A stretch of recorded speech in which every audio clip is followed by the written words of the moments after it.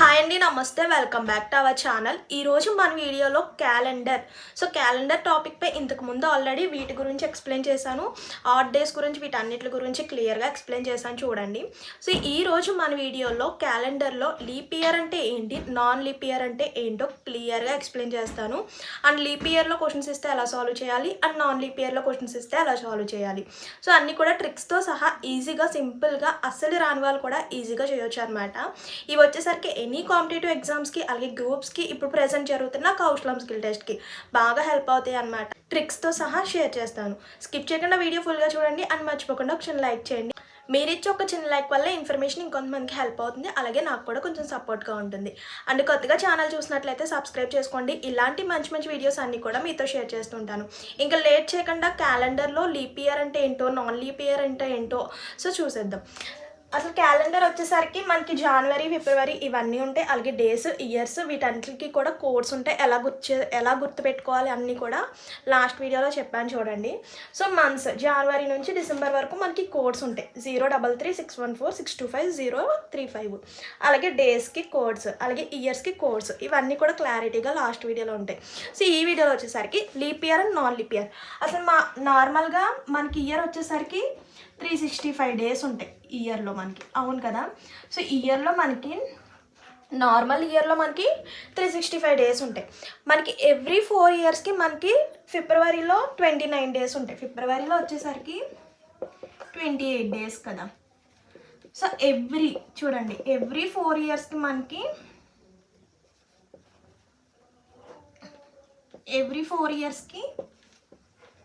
ఫిబ్రవరిలో 29 డేస్ ఉంటుంది. అంటే ఏంటి చూడండి, నార్మల్గా మనకి 365 డేస్ ఉంటాయి. 365 డేస్ అంటే normal year means non leap year అనమాట. Non leap year.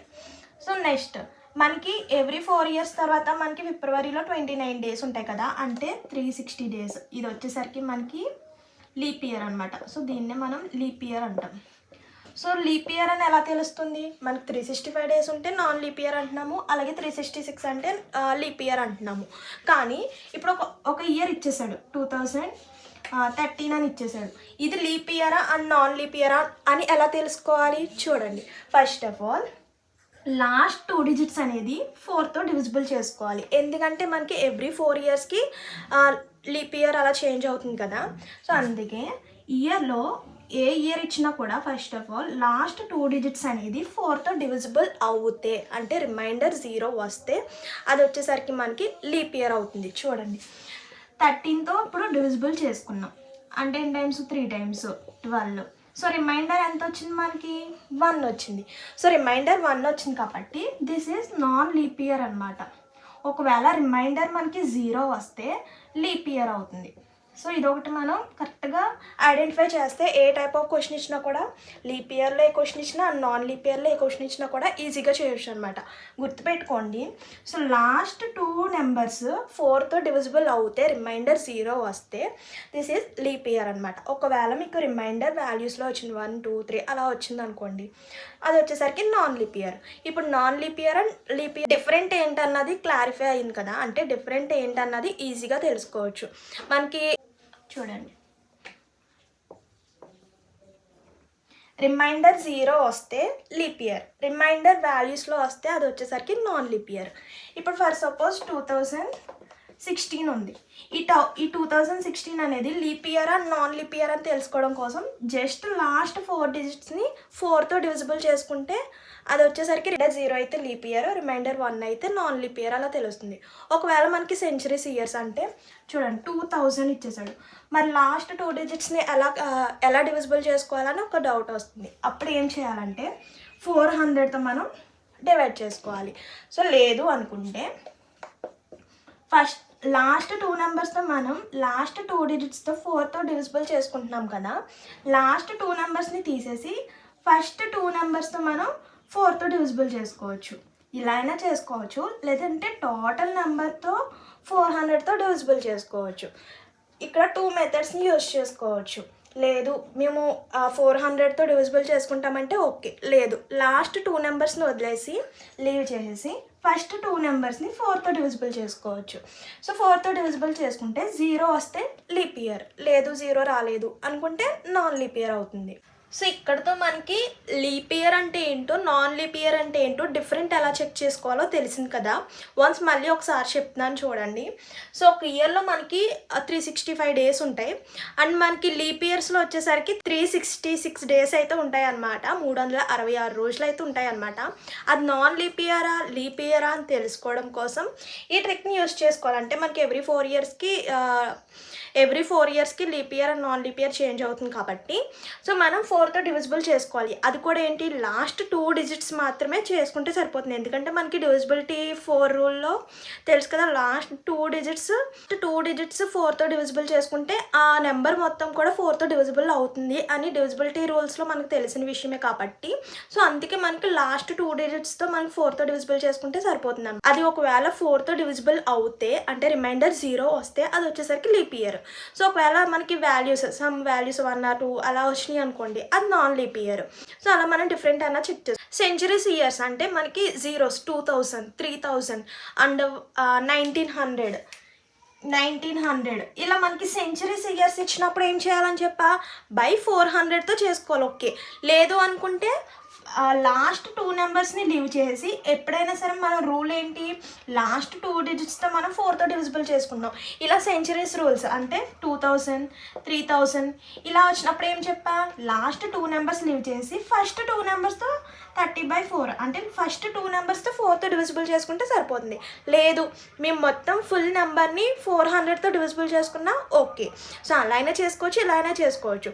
Last 2 digits 4తో divisible అవుతే లీప్ ఇయర్, అవ్వకపోతే నాన్ లీప్ ఇయర్. కాబట్టి లాస్ట్ 2 డిజిట్స్ అనేది జీరోస్ ఉంటే మనం ఫస్ట్ 2 డిజిట్స్ని 4తో డివిజిబుల్ చేసుకుంటే సరిపోతుంది. ఇప్పుడు లీప్ ఇయర్లో సమ్స్ ఇస్తే ఎలా సాల్వ్ చేయాలి అండ్ నాన్ లీప్ ఇయర్లో సమ్స్ ఇస్తే ఎలా సాల్వ్ చేయాలో చూద్దాం. ఎగ్జాంపుల్స్ చూద్దాం. So first of all non leap ఇయర్లో క్వశ్చన్స్ ఎలా ఉంటాయో ఎలా చేయాలో చూద్దాం. నెక్స్ట్ లీప్ ఇయర్లో క్వశ్చన్స్ ఎలా ఉంటాయో కూడా చూద్దాం. సో దానికి దీనికి డిఫరెన్స్ ఏంటో, దానికి ఎలా సాల్వ్ చేయాలి అండ్ లీప్ ఇయర్ వస్తే ఎలా సాల్వ్ చేయాలో కూడా చూద్దాం. సో ఫస్ట్ ఆఫ్ ఆల్ ఇచ్చిన క్వశ్చన్ మీనింగ్ అన్నది క్లియర్గా అర్థం చేసుకోండి. So what was the day of the week, 12th September 1947 A day అని అడుగుతున్నాడు. అంటే September 12, 1947 ఏ రోజు అని అడుగుతున్నాడు. క్లారిటీగా అర్థమైంది కదా, క్వశ్చన్ మీనింగ్ అర్థం చేసుకోండి. డే అడుగుతున్నాడు. సో డే అడిగితే ఈ టైప్ ఆఫ్ క్వశ్చన్స్ ఇచ్చినప్పుడు మనం ఈ స్టెప్స్ని ఫాలో అవ్వాలి. సో ఈ టైప్ ఆఫ్ క్వశ్చన్ అంటే ఏంటి, సో డే అడిగినప్పుడు రోజు, ఏ రోజు పలానా డేట్ అలాగే ఇయర్ ఇచ్చేసి రోజు అని అడిగినప్పుడు, డే అడిగినప్పుడు ఈ స్టెప్స్ని ఫాలో అవ్వాలి. అంటే ఏంటి, first of all last 2 digits of ఇయర్లో ఉండేది లాస్ట్ 2 డిజిట్స్ నెంబర్ని తీసుకోవాలి. First of all last 2 digits ఏంటి మనకి 47. నెక్స్ట్ డివైడెడ్ బై 4 అంటే ఏంటి, leap year and non leap year తెలుసుకోవడం కోసం చెప్పాను కదా. లాస్ట్ 2 నెంబర్స్ని 4తో డివిజిబుల్ చేసుకోవాలి. చూద్దాం. 47 డివైడెడ్ బై 4. 7 ఎప్పుడు చేస్తాం, ఎందుకు చేస్తాం కూడా చెప్తాను. So leap year and non leap year అని తెలుసుకోవడం కోసం 4తో డివిజిబుల్ చేసుకుంటాం 1 టైం. సో నెక్స్ట్ 7 మళ్ళీ 1 టైం. సో మనకి ఎంత వస్తుంది, 4, 3 వచ్చేస్తుంది. ఇంకేం చేయలేం కదా. సో వచ్చిన కోఎఫిషియంట్ ఎంత మనకి 11. సో ఈ 11ని మనం ఇక్కడ వేసుకోవాలి. Next date. సో డేట్ మనకి క్వశ్చన్లో డేట్ ఏమి ఇచ్చాడు, 12 అని ఇచ్చాడు. నెక్స్ట్ మంత్ కోడ్ అడుగుతున్నాడు. నేను చెప్పాను కదా, మంత్స్కి కోడ్ ఉంటాయి, అలాగే డేస్కి ఇయర్స్కి కూడా కోడ్స్ ఉంటాయి అన్నమాట. అవి గుర్తుపెట్టుకోవాలి. సో ఇప్పుడు ఏంటి, డేట్కి కోడ్, ఏ డేట్ మనకి క్వశ్చన్లో ఇచ్చిన డేట్ సెప్టెంబర్కి కోడ్ వచ్చేసరికి 5 అనమాట. సో ఆ 5ని ఇక్కడ వేసుకోవాలి. Next year code. సో ఏ ఇయర్ 1947. చూడండి ఇక్కడికి వస్తుంది. 1900 నుంచి 1999 ఏ ఇయర్ వచ్చినా కూడా దాని యొక్క కోడ్ వచ్చేసరికి 0 అనమాట. 0. ఇప్పుడు ఈ వాల్యూస్ అన్నిటిని కూడా ప్లస్ చేసుకోవాలి. 7 + 1 8, 8 + 2 10, 10 + 5 15. సో 1 ఉంటుంది. 5, 6, 7. సో ఎంత వచ్చింది మనకి వాల్యూ 75 వచ్చింది. ఈ 75ని ఇప్పుడు ఇందులో ఎన్ని ఆడ్ డేస్ వచ్చేసరికి 75లో వారాలకి మించి అంటే మనకి వీక్స్ పలానా 4 వీక్స్ ఉండొచ్చు, 5 వీక్స్ ఉండొచ్చు. సో రిమైనింగ్ డేస్ అంటే ఏంటి, వీక్ వచ్చేసరికి 7 డేస్ కాబట్టి 7తో డివైడ్ చేసుకుంటే అందులో 75లో ఎన్ని వీక్స్ ఉన్నాయో మనకి క్లారిటీగా అర్థమవుతుంది. సో వీక్స్ కాకుండా 4 వీక్స్ కాకుండా ఎక్స్ట్రా డేస్ ఉన్నాయనుకోండి, ఫర్ సపోజ్ 3 అనుకోండి, 2 అనుకోండి, 4 అనుకోండి, 4 వీక్స్ కన్నా ఎక్స్ట్రా డేస్ ఉన్న వాటిని మనం ఆడ్ డేస్ అని పిలుస్తాం. సో అలా మనం క్యాలిక్యులేట్ చేసుకోవాలి కాబట్టి 7తో డివిజన్ చేసుకుంటే ఇందులో ఎన్ని వారాలు ఉన్నాయి, ఎక్స్ట్రాగా రిమైనింగ్ ఎన్ని వీక్స్ మిగిలిపోయినాయో తెలుస్తుంది అనమాట. సో అందుకే 75లో ఎన్ని వీక్స్ ఉన్నాయో తెలుసుకోవడం కోసం 7తో డివిజిబుల్ చేసుకోవాలి. 1 టైం సో 5 ఉంటుంది. ఇంక ఈ 5 ఏం చేయలేం కదా. సో 5 ఎక్కడుంది మనకి, ఫ్రైడేకి 5 కోడ్ ఉంది కాబట్టి వచ్చిన రిమైండర్ కోడ్స్ మనం ఇక్కడ చెక్ చేసుకోవాలి. ఏ డేకి 5 ఉందో చెక్ చేసుకోవాలి. మనకి ఏ డేకి 5 ఉంది ఇక్కడ, ఫ్రైడేకి. సో ఆన్సర్ ఈజ్ ఫ్రైడే అనమాట. సో క్లారిటీగా సింపుల్గా చేయొచ్చు అనమాట. ఈ స్టెప్స్ని ఫాలో అయిపోవాలి. ఫస్ట్ 2 నెంబర్స్ని అంటే లాస్ట్ ఇయర్లో లాస్ట్ 2 డిజిట్స్ని వేసుకోవాలి. అలాగే లాస్ట్ 2 డిజిట్స్ని 4తో డివైడ్ చేసుకోవాలి. ఎందుకంటే లీప్ ఇయరా నాన్ లీప్ ఇయరా కాబట్టి. సో చెక్ చేసుకోవడం కోసం 4తో డివిజిబుల్ చేసుకుంటున్నాము. కోఎఫిషియెంట్ని తీసుకోవాలి, ఇక్కడ రిమైండర్ని తీసుకోవాలి. ఆడ్ డేస్ అప్పుడు అంటే వీక్స్ని సపరేట్ చేసి మనం ఆడ్ డేస్ని తీసుకునేటప్పుడు 7తో డివిజిబుల్ చేసుకుని రిమైండర్ని మనం తీసుకోవాలి. ఇక్కడ లీప్ ఇయరా నాన్ లీప్ ఇయర్ చెక్ చేసుకోవడం కోసం కోఎఫిషియెంట్ని తీసుకోవాలన్నమాట. నెక్స్ట్ డేట్ వేసుకుంటాము, మంత్ యొక్క కోడ్ అలాగే ఇయర్ యొక్క కోడ్ వేసుకుంటాము. 75 వస్తుంది. ఓకే. సో ఇప్పుడు ఈ 75ని ఇందులో ఎన్ని ఆడ్ డేస్ ఉన్నాయో చెక్ చేసుకోవడం కోసం 7తో డివిజిబుల్ చేసుకుంటాం. వచ్చిన రిమైండర్ని ఆడ్ డేస్గా తీసుకుని ఈ ఆడ్ డే ఏ కోడ్లో ఉందో చెక్ చేసుకుంటే మనకి ఫ్రైడేలో ఉంది. సో ఆన్సర్ వచ్చేసరికి ఫ్రైడే అనమాట. ఇది వచ్చేసరికి నాన్ లీప్ ఇయర్లో క్వశ్చన్ అనమాట. ఎందుకంటే ఇక్కడ మనకి రిమైండర్ 0 రాలేదు అంటే ఇదేంటి, నాన్ లీప్ ఇయర్. సో ఇప్పుడు లీప్ ఇయర్లో క్వశ్చన్ ఎలా ఉంటుందో చూద్దాం. సో దానికి కూడా సేమ్ స్టెప్స్ ఫాలో అవ్వాలి. ఇక్కడ కొంచెం చేంజ్ చేయాలి, అది ఎలాగో చూద్దాం. చూడండి క్వశ్చన్ చూద్దాం. లీప్ ఇయర్లో ఎగ్జాంపుల్ అనమాట. లీప్ ఇయర్ అన్న నాన్ లీప్ ఇయర్ అన్నది పక్కన ఉంచండి. ఇది నాన్ లీప్ ఇయర్ అని మనం క్యాలిక్యులేషన్ చేసేటప్పుడు మనకి క్లారిటీగా అర్థమవుతుంది అనమాట. చూద్దాం ఎలాగో. ఫస్ట్ ఆఫ్ ఆల్ ఇచ్చిన క్వశ్చన్ చూడండి. ఇది కూడా మనల్ని డే అడుగుతున్నాడు. అంటే which day of the week off the 29th February 2012. ఇక్కడ చూడండి క్లారిటీగా అర్థమైపోతుంది. 29th February అంటే మనకి లీప్ ఇయర్ అని తెలుస్తుంది. ఓకే, ప్రతిసారి మనకి 29th February అని ఇవ్వరు కదా. సో ఇయర్ని బట్టే మనం లీప్ ఇయర్ అని నాన్ లీప్ ఇయర్ అని ఈజీగా తెలుస్తుంది అనమాట. చూద్దాం. ఇప్పుడు ఇది వచ్చేసరికి లీప్ ఇయర్. సో ఎలా క్యాలిక్యులేషన్ చేయాలి, ఎలా సాల్వ్ చేయాలో చూద్దాం. Same steps.